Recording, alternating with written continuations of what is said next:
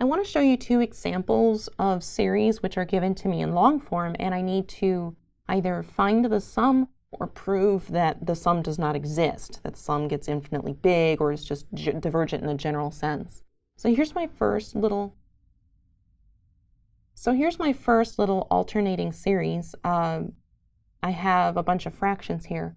First thing that catches my eye is that on bottom I have powers of 3, 9, 27, and on top here I have powers of 4.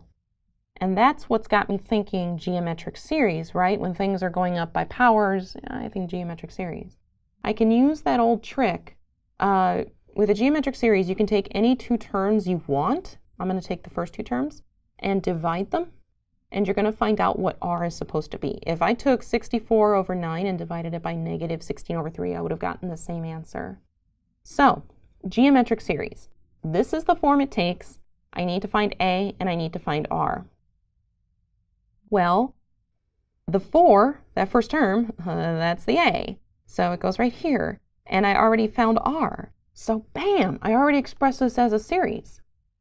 Since the absolute value of r is greater than or equal to 1, right? This is too big.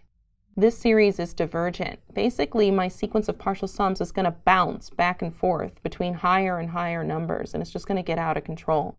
It's not going to narrow in on a specific number. So this is the proof that this series is divergent.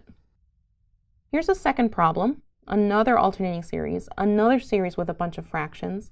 That 2 kind of like freaks me out a little bit. Like, I don't understand, but I'm going to muscle through this anyway.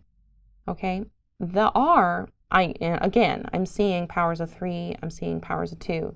So I'm going to divide the first two terms, and r is negative 2 over 3.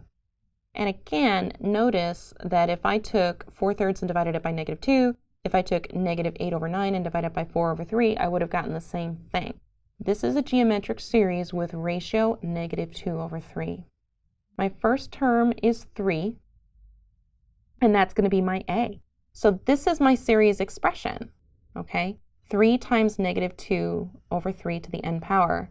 And by the way, notice that when n equals 1, you actually get negative 2, so that explains the two whole numbers. I don't know why. Sometimes that trips me up if I don't see all fractions.